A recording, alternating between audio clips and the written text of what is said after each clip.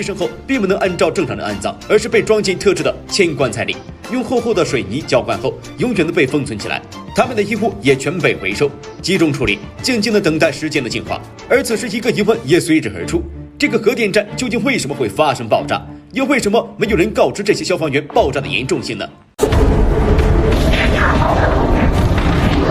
视频中的惊险的一幕发生在苏联统治下的乌克兰。1986年，切尔诺贝利核电站发生爆炸，数十万人因此死亡。为了防止二次爆炸，60万人前赴后继展开自杀式的清理工作。1986年，切尔诺贝利核电站爆炸后，当时很多人都没放在心上，苏联政府领导人甚至还专门过问过此事。但前来汇报的人信誓旦旦地表示，只是普通的爆炸，在可控范围之内，并不严重，因此当时的领导人就没有多问。直到后来，辐射飘到了别的国家，当时瑞典的工作人员在衣服上发现了不属于自己核电站的成分，经过研究分析后发现，